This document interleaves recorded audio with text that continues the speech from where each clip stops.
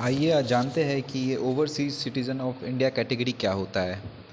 Overseas citizen of India government of India किस नागरिक को किस तौर पे देखता है, कौन सा ओवरसीज़ सिटीज़न ऑफ इंडिया है, कौन सा पर्सन ऑफ इंडियन ओरिजिन है, कौन सिटीज़न है, कौन नहीं है, ये सारे डिफरेंसेस को एक बार हम जान लेते हैं।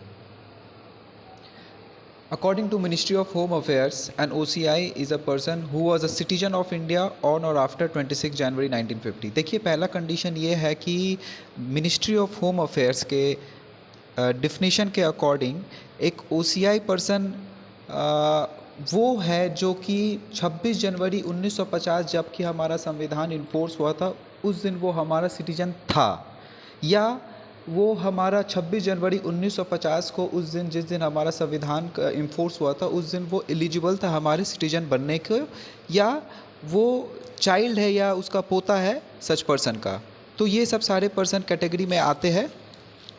So you have taken a quick review about that Ministry of Home Affairs defines OCI as a person who was the citizen of India on और आफ्टर 26 जनवरी 1950, यानी कि वो 26 जनवरी 1950 के वक्त वो भारत का नागरिक था, या एक और कंडीशन है या वो एलिजिबल था वो भारत का नागरिक बनने को उस दिन 26 जनवरी 1950 को, या वो उसका बच्चा है पोता है जो भारत का नागरिक उस समय था।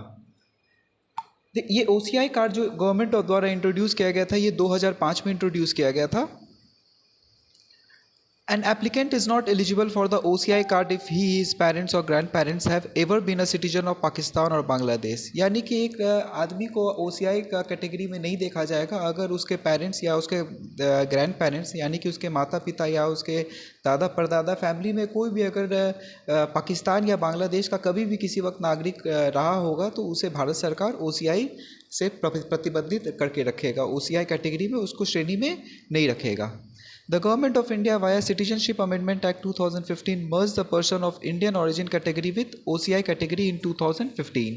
Government of India Citizenship कानून अमेंडमेंट 2015 के तहत PIO origin और OCI कैटेगरी के सिटीजनशिप मॉड्यूल को मर्ज कर दिया था। यानी कि आपको ध्यान रखना है कि PIO person of Indian origin category OCI category के साथ कब मर्ज हुआ है, तो through citizenship amendment act 2015।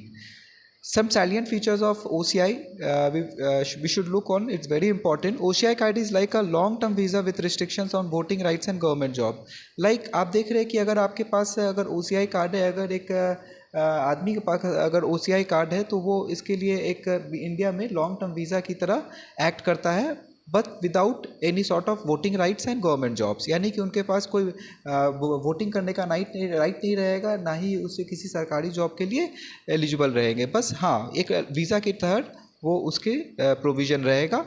Entitle to benefit such as multiple entry multipurpose life long visa to visit India. यानी कि आप ऑलरेडी देख चुके हैं कि वो बार बार उसे वीज़ा लेने के इशू करवाने की जरूरत नहीं पड़ी कि एक बार वो OCI कार्ड उसको अवेलेबल हो गया तो मल्टीपर्पज़ मल्टीपल टाइम के लिए उसका आना जाना बाहर उसके लिए प्रोविजन रहेगा। Granted all rights and parity with NRIs except the right to acquisition of agricultural and plantation property. देखिए NRI जो कि नॉन रेसिडेंट इंडियन होते हैं और जो OCI होते हैं ओवरसीज सिटीजन ऑफ इंडिया, इन दोनों में एक डिफरेंस है। लाइक NRI प्लांटेशन और एग्रीकल्चर खेती हरी प्रॉपर्टीज़ ये सब एक्वायर कर सकता है, बट OCI के लिए प्रोविज़न बार्ड है। यानी कि OCI एग्रीकल्चरल प्रॉपर्टीज़ और प्लांटेशन प्रॉपर्टीज़ वो परचेज नहीं कर सकता है। हाँ, NRI कर सकता है बट OCI नहीं कर सकता है।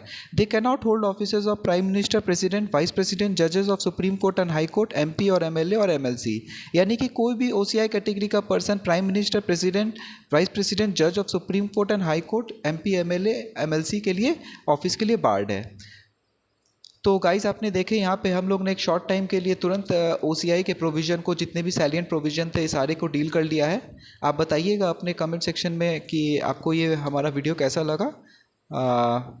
बाय।